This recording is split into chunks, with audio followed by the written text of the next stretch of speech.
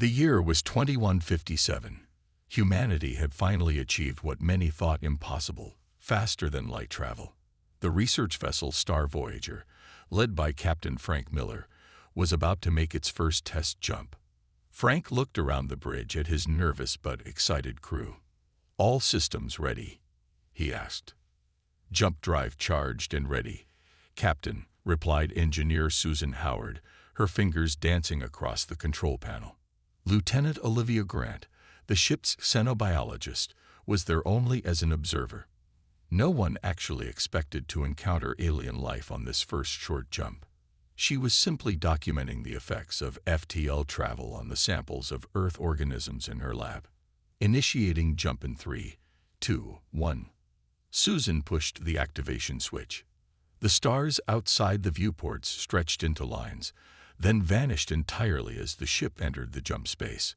The crew felt a brief sensation of weightlessness, then nausea, then nothing. The jump had worked. But when the Star Voyager emerged from jump space, they weren't where they expected to be. "Captain, these aren't the coordinates we set," Navigation Officer Paul Rogers said, his voice tight with worry. Frank stared at the view screen. Instead of the empty space near Mars they had targeted, they were surrounded by ships. Strange, alien ships with designs that defied human engineering logic. Some looked like giant crystalline structures, others like organic beings. And in the distance was a blue-green planet. "Sensors detect over 200 vessels," Security Chief Kate Wilson reported. Two distinct design philosophies. The larger group appears to be in attack formation around the smaller group and the planet. Before Frank could reply, the ship's communication system activated on its own. A string of musical tones and clicks filled the bridge. "Some kind of language," Olivia said, moving to the communication station. "Let me try to establish a translation matrix." "Captain, the larger ships are powering weapons," Kate warned. Frank made a quick decision. "Evasive maneuvers. Move us away from both groups." The Star Voyager veered sharply, just as energy beams lanced through the space they had occupied moments before. The attacking ships seemed to notice them for the first time. "They're targeting us now," Paul said. Several of the smaller, crystalline ships moved to position themselves between the Star Voyager and the attackers. A new transmission came through, this time with visual. The creature on screen had 4 arms, reflective skin that seemed to shift colors, and large, expressive eyes. Working quickly with the ship's eye, Olivia managed a rough translation. "They're saying, 'Flee, unknown vessel. The Ziraxians will destroy you as they are destroying us.'" Frank stepped forward. "Tell them we can help." Olivia looked at him in shock. "Captain, we're one research vessel. That's an invasion fleet. And we have weapons they've never seen before," Frank replied.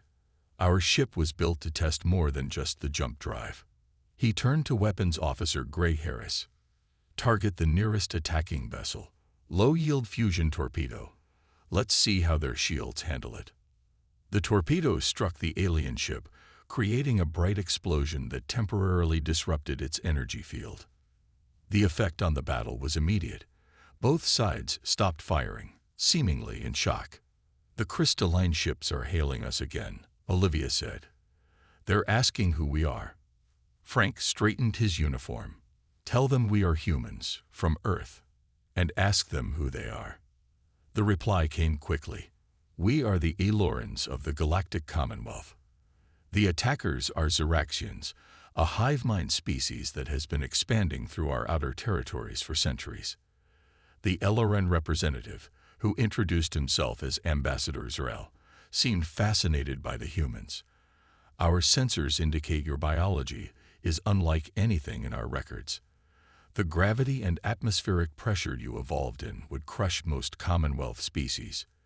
You come from a death world." Frank didn't understand the term, but he nodded anyway.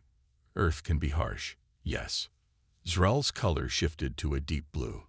"Perhaps that explains your willingness to fight. The Commonwealth has known peace for so long that many have forgotten how."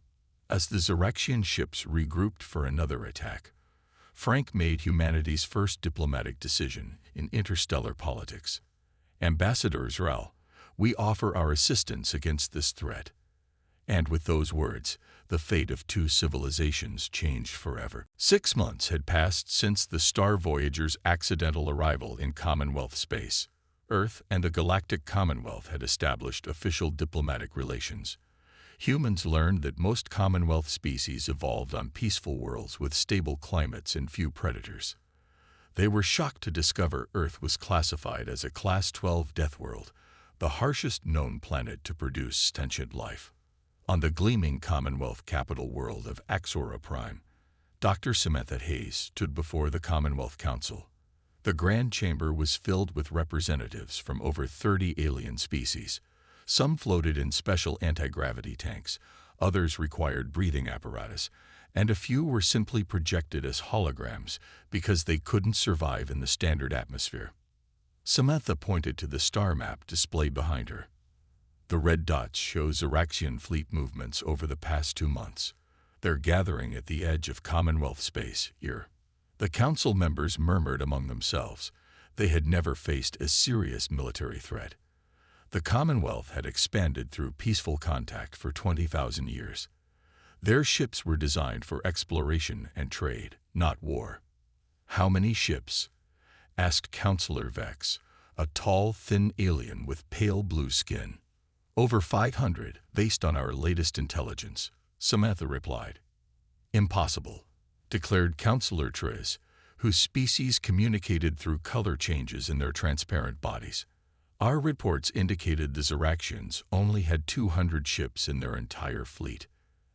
Admiral William Carter, who had traveled from Earth for this meeting, stepped forward. "They've been building ships in secret, hiding them in nebulae and asteroid fields. We discovered this by adapting our sensor technology to detect their unique energy signatures." The council chamber erupted in fearful discussion. Admiral Carter waited patiently. At 60 years old with gray hair and a weathered face, he had seen combat on Earth and understood fear. "The Xeraxians move as one mind," Carter continued when the noise subsided. "They don't value individual lives like we do. Each drone is expendable to them. This makes their tactics predictable but dangerous." Counselor Zrel, the Ellerin who had first contacted humans during the Star Voyager incident, spoke up. "Admiral Carter has offered Earth's assistance in defending the Commonwealth. I believe we should accept." Many counselors shifted uncomfortably. One representative, a member of the ancient Dravid collective, floated forward in his gravity pod. "Humans are from a death world. Their psychology is shaped by constant danger and competition. Can we trust them not to become the next threat once the Xeraxians are defeated?" Samantha felt her face grow hot with anger, but Admiral Carter placed a calming hand on her shoulder. "We understand your concern," Carter said. "Humans have fought many wars among ourselves. But we've learned from our history. We don't seek conflict, but we know how to end one when necessary." The council remained divided. Some representatives were openly fearful of human unpredictability. Others were desperate enough to accept any help against the Xeraxian threat. As the debate continued, an aide rushed into the chamber and whispered to Counselor Zral. The Ellerin's skin shifted to a deep, alarmed purple. "The Xeraxians have moved," Zral announced. "They've attacked 3 Commonwealth worlds simultaneously: New Elora, Voss Prime, and Thurin 7. Silence fell over the chamber. These weren't frontier worlds, but established, heavily populated planets. Admiral Carter stepped forward again. "With or without your permission, we will send ships to help evacuate civilians. We have vessels ready to depart immediately." The council leader, a wise ancient being called Elder Quinn, rose slowly on 4 spindly legs. "This is unprecedented. The Commonwealth has not faced war in 12,000 years. Then perhaps," Carter suggested, "it's time to learn from those who understand it." The council voted. By a narrow margin, they accepted Earth's help, not as full military allies yet, but as advisors and evacuation support. As Samantha and Admiral Carter left the chamber, she asked, "Will that be enough?" Carter's face was grim. It will have to be. For now. Behind them, the council continued to argue, even as the first reports of destruction began to arrive from the attacked worlds. The Xerexian attack was swift and brutal. Commonwealth defense ships fell quickly, their crews untrained for real combat. On New Elora, millions of civilians rushed to evacuation centers as Xerexian dropships descended through the atmosphere. Captain Frank Miller of the Star Voyager watched the disaster unfold from orbit. His ship, once a research vessel, now bristled with weapons. The Commonwealth Council had ordered all ships to retreat and regroup, but Frank couldn't abandon the people below. "This is against orders, Captain," his first officer reminded him. Frank nodded. "Note your objection in the log. Then prepare landing teams. We're going down there." 5 human ships, including the Star Voyager, broke formation and headed toward New Elora's surface. Security Chief Jack Martinez prepared his teams. A former soldier on Earth, Jack understood urban combat better than anyone on board. "We hold the spaceport until every civilian is loaded," he told his people. "No one gets left behind." The ships landed at the main spaceport, where thousands of Elorans waited in panic. Xerexian drones were already entering the city. "They move like insects," Jack observed as he set up defensive positions. No individual thought, just following the hive mind's commands. The Xerexian drones were 8 feet tall with 4 arms and natural armor. They didn't use vehicles or carry heavy weapons.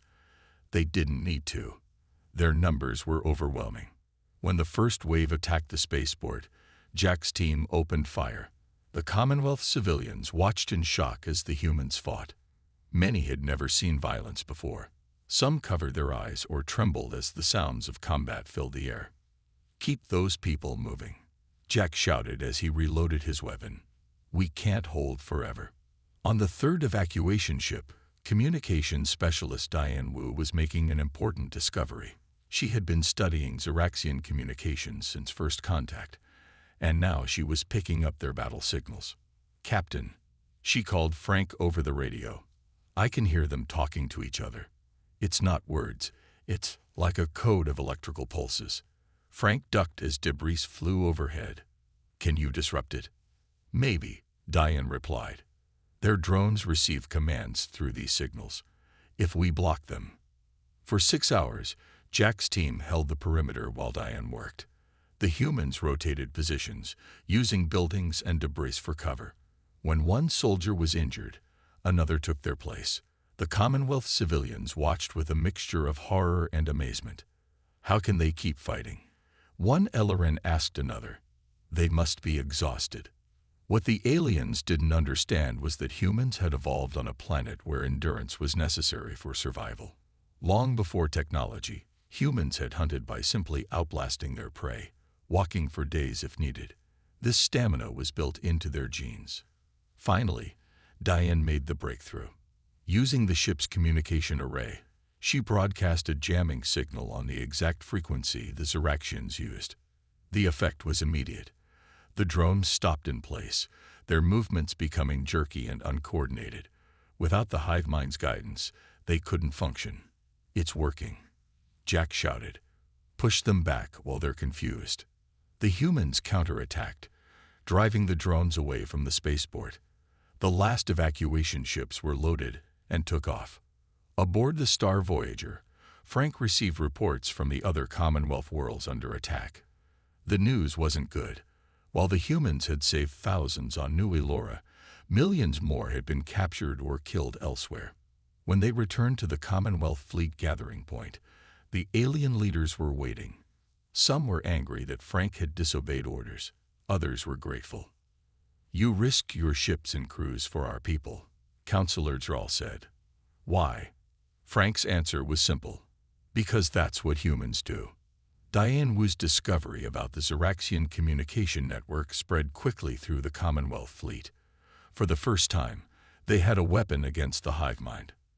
And for the first time, many Commonwealth species began to see that perhaps these dangerous Deathworlders were exactly what they needed. 2 weeks after the attack on New Elora, Admiral William Carter stood before the Commonwealth War Council. The large meeting room was tense with fear and uncertainty. "The Xeraxians will attack again," he said, pointing to the star map. "Next time, they'll be ready for our jamming signals." Colonel Natalie Brooks, the top military trainer from Earth, stood beside him. She was shorter than many in the room, but carried herself with a confidence that made everyone pay attention. "We need to strike first," she said. "Hit them before they recover." The Commonwealth representatives looked shocked. In 20,000 years of peace, they had never launched a first strike against anyone. "That would make us like them," said Councillor Triz, his body flashing with worried colors. Natalie shook her head. "No, it makes us survivors." In another part of the Commonwealth's main space station, engineer Peter Morgan was working with a small team. He was young for his position, only 30, but brilliant with technology. The Commonwealth had assigned their top scientist, Kalazan, to work with him. Kalazan was a Vosgian, with 6 nimble arms and large eyes that could see energy fields invisible to humans. Together, they studied a damaged Xeraxian drone recovered from Muilora. "Their neural network operates on this specific frequency range," Kalazan said, pointing to the data on their screen. Peter nodded. "If we can disrupt it for more than a few minutes, we might be able to shut down their entire fleet at once." He called this plan Operation Thunderbolt. Diane Wu's temporary jamming signal had been just the beginning. What Peter was designing would do much more damage. Meanwhile, Colonel Brooks began training Commonwealth volunteers. Most had never thrown a punch in their lives. Some species had evolved without the concept of physical conflict. "You don't need to be stronger," she told a group of fragile-looking Thoraxians. "You need to be smarter. Use what your bodies can do naturally." The Thoraxians could change their skin color to match any background. Brooks showed them how to use this for stealth operations. The cerebral Vosgians, with their ability to sense energy fields, became excellent at detecting Xeraxian communications. "Adapt and overcome" became her training motto. Admiral Carter's bold plan was finally approved, but not without argument. The humans would lead a strike force to Proxima Centauri, where the Xeraxian fleet was regrouping. Peter's disruption device would be their main weapon. The night before the mission, Carter visited the training area. He found Natalie watching as Commonwealth species practiced their new skills. "Will they be ready?" he asked quietly. Natalie sighed. "They're not soldiers, they never will be. But they're learning to survive, and that's a start." In the engineering lab, Peter and Kalazan made final adjustments to the disruption device. "If this works," Kalazan said, "it will save millions of lives." Peter nodded. "And if it doesn't, we go to Plan B." "What is Plan B?" the Vosgian asked. Peter smiled grimly. "That's when we humans do what we do best. We improvise." As the combined fleet prepared to depart, many Commonwealth citizens gathered to watch. They had been told this was a defensive mission, but some understood the truth. For the first time in their peaceful history, they were taking the fight to an enemy. A young Ellerin approached Captain Frank Miller as he boarded the Star Voyager. "I don't understand," the alien said. "Your world is harsh. Your history is filled with conflict. You could have stayed on Earth, safe from all this. Why risk your lives for species you barely know?" Frank thought for a moment before answering. "Because the hard times on Earth taught us something important," he replied. "Nobody should face danger alone."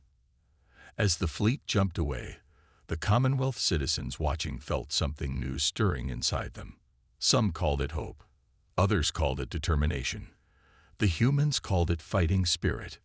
And for the first time, the Xeraxians were about to face an enemy that fought back. The Battle of Proxima Centauri began at dawn, Earth time. Admiral Carter chose this timing deliberately. Humans had evolved to be most alert at daybreak, a trait from their hunter days on Earth. The combined fleet emerged from jump space behind a large gas giant, hiding their approach. The massive Xeraxian ships floated in the distance, their dark hulls absorbing light rather than reflecting it. "They haven't detected us yet," said Navigation Officer Paul Rogers on the Star Voyager. "We have surprise on our side." Frank Miller nodded. His ship would lead the first attack group. The plan was simple but dangerous. The smaller, faster human ships would draw the Xeraxians' attention, while the larger Commonwealth vessels moved into position to deploy Peter Morgan's disruption device. "All ships, move on my mark." Admiral Carter's voice came through the comms. "Remember your training and trust your instincts." The human vessels shot forward, engines blazing. The Star Voyager led the charge, with Frank at the helm. "Weapons hot," he ordered. "Target their lead ships." The Xeraxians responded quickly. Their ships turned as one, like a school of fish changing direction. Bright energy beams lanced toward the human vessels. "Evasive pattern Delta," Frank called out. On Earth, ships would never be able to perform such tight maneuvers. But in space, with skilled pilots, the human vessels danced between the energy beams. They weaved in complex patterns that confused the Xeraxian targeting systems. From the command ship, Lieutenant Ryan Edwards watched the battle unfold. As a tactical officer, he'd studied every battle in human history. The Xeraxians moved like a single organism, which gave them speed but made them predictable. "Keep them focused on us," Admiral Carter ordered. Commonwealth ships are almost in position. The larger Commonwealth vessels moved slowly into a wide circle around the Xeraxian fleet. On board, Peter Morgan and Calazan made final adjustments to the disruption device. "Power levels are stable," Peter said. "We're ready." Admiral Carter gave the command. "Activate the disruption field." A wave of invisible energy pulsed outward from the Commonwealth ships. It should have disabled the entire Xeraxian fleet instantly. But something was wrong. "It's not working at full strength," Peter reported frantically. "They must have adapted their shielding after New Elora." The Xeraxian ships slowed but didn't stop. Their weapons continued firing, now targeting the Commonwealth vessels. "We need more time," Peter said. "I can boost the signal, but I need at least 15 minutes. 15 minutes was an eternity in space combat. The Commonwealth ships were not built for battle, and were beginning to take heavy damage. Lieutenant Ryan Edwards stepped forward on the command deck. "Sir, I have an idea." His plan was bold and extremely dangerous. A small team would board the main Xeraxian vessel and plant smaller disruption devices directly on their control nodes. It was essentially a suicide mission. "I'll lead the boarding party," Ryan said. Admiral Carter hesitated, then nodded. "Choose your team." Ryan selected 5 volunteers, all humans. They boarded a small shuttle and launched toward the largest Xeraxian ship while the battle raged around them. "We're creating a breach in their lower hull," Ryan told his team. "Once inside, we move fast, plant the devices, and get out." The shuttle crashed through the Xeraxian ship's outer hull. Inside, the team faced swarms of drones. The narrow corridors of the alien vessel became a battlefield. In the years before space travel, humans had perfected close-quarters combat. Ryan's team used these ancient skills now, fighting their way deeper into the ship. One by one, they planted Peter's devices at key junction points. 2 team members fell to Xeraxian attacks, but the others pressed on. "Last device placed," Ryan reported back to the fleet. "Activating now." The effect was immediate. The Xeraxian ship's lights flickered and died. The drones stopped moving, frozen in place. From inside the Xeraxian vessel, Ryan had done what the entire fleet couldn't. He had disrupted the hive mind at its source. As the main Xeraxian ship drifted powerless, the rest of their fleet fell into disarray.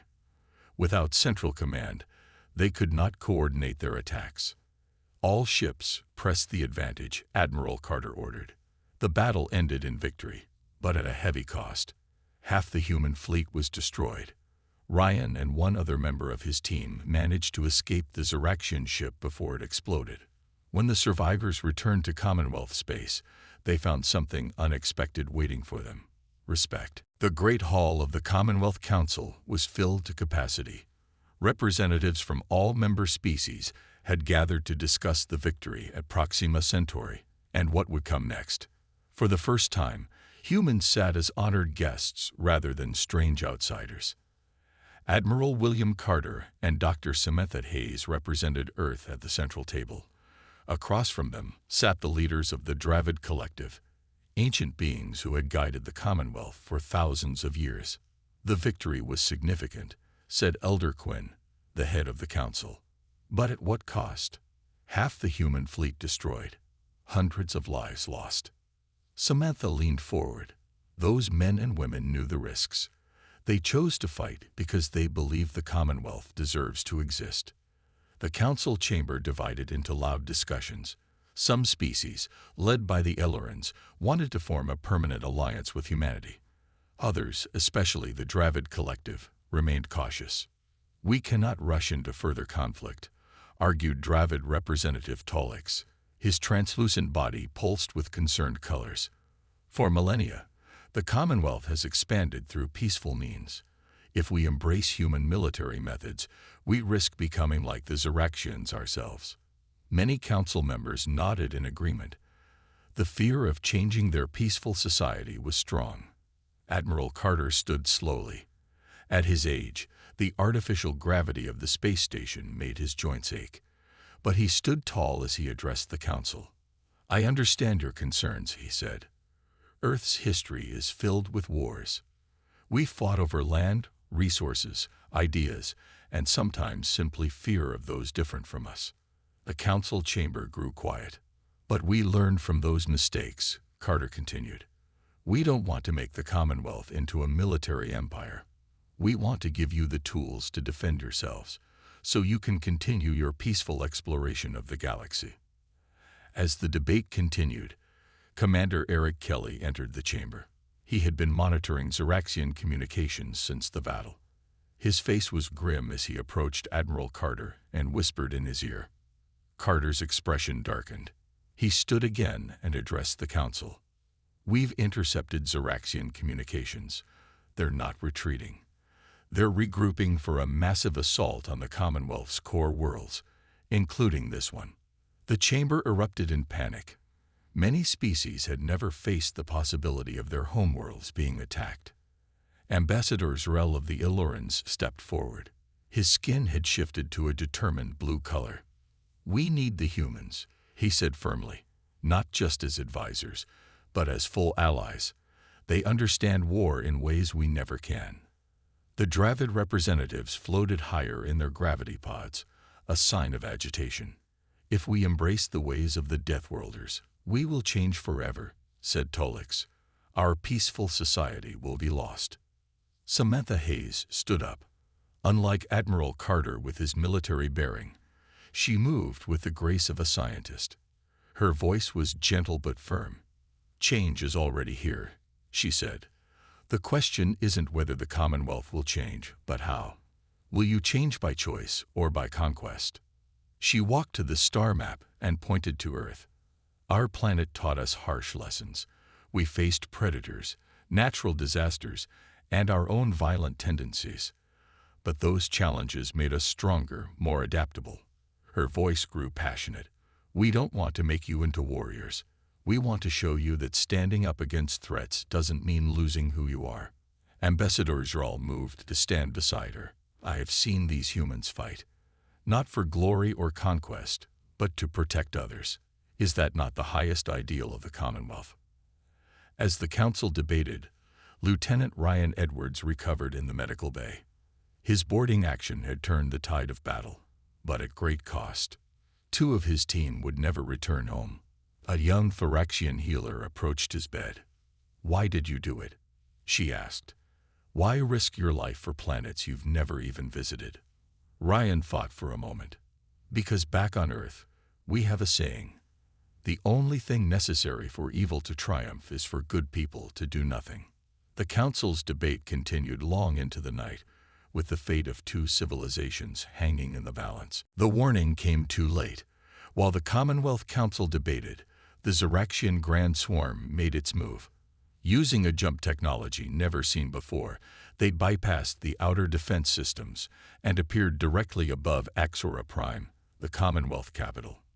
The massive fleet darkened the skies over the gleaming cities. 3 times larger than any force previously encountered, the grand swarm surrounded the planet like a metal cloud. In orbit, only 7 human ships were present, including Captain Frank Miller's Star Voyager. The Commonwealth's main fleet was scattered across other systems, unable to return in time. All civilian ships, evacuate immediately, Frank ordered over the emergency channels. This is not a drill. On the planet below, panic spread through the streets. Most species had never experienced planetary invasion. Millions rushed toward shelter with no plan or direction. Colonel Natalie Brooks was on the surface with a mixed team of human trainers and Commonwealth volunteers. They had been in the middle of combat exercises when the alert sounded. "We need to secure the council chambers," she told her team. "If the Xeraxians capture the Commonwealth leadership, this war is over." Her team moved through the crowded streets. The Thoraxians used their camouflage abilities to scout ahead. The strong-limbed Vosians carried emergency supplies and helped clear paths through debris as the first Xeraxian bombs fell on the city. In orbit, Frank implemented the battle plan he had developed for just such an emergency. The 7 human ships formed a loose defensive sphere, constantly changing positions. "They expect us to protect fixed points," Frank explained to the Commonwealth ships that joined them. "So we won't. We'll be unpredictable." The Xeraxian ships moved with mechanical precision, their formations perfect and their attacks coordinated by the hive mind.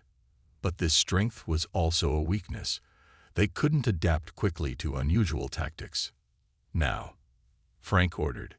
The human ships suddenly broke formation and accelerated directly into the Xeraxian fleet. It seemed like suicide. The Commonwealth captains watched in horror as the tiny human vessels weaved between the massive Xeraxian ships. But the humans had discovered something about Xeraxian targeting systems.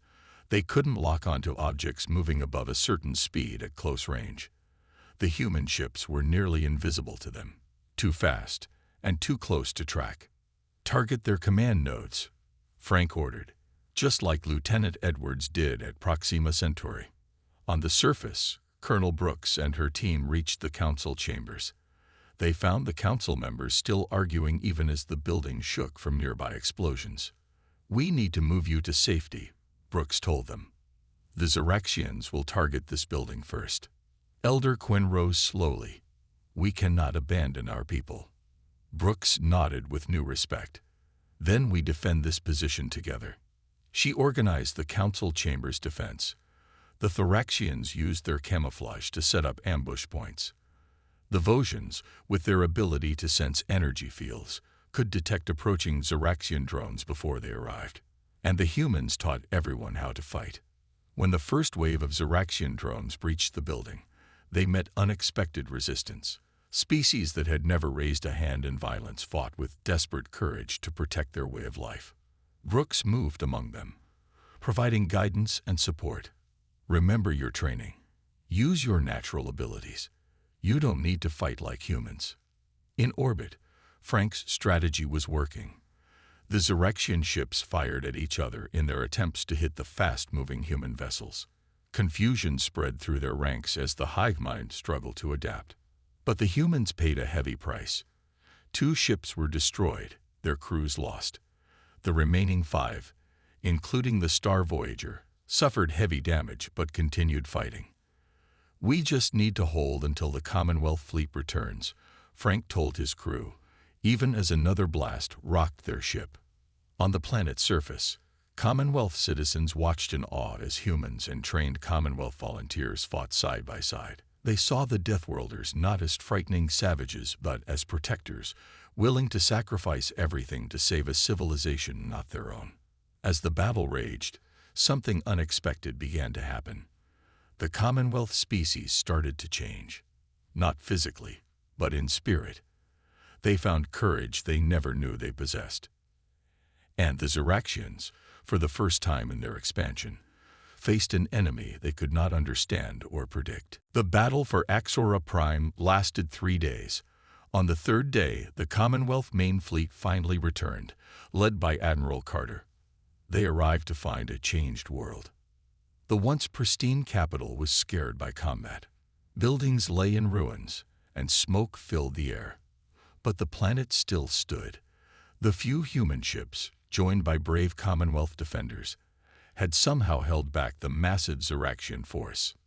In the space above the planet, Frank Miller's Star Voyager floated among the debris, damaged but still fighting. Only 3 human ships remained from the original 7.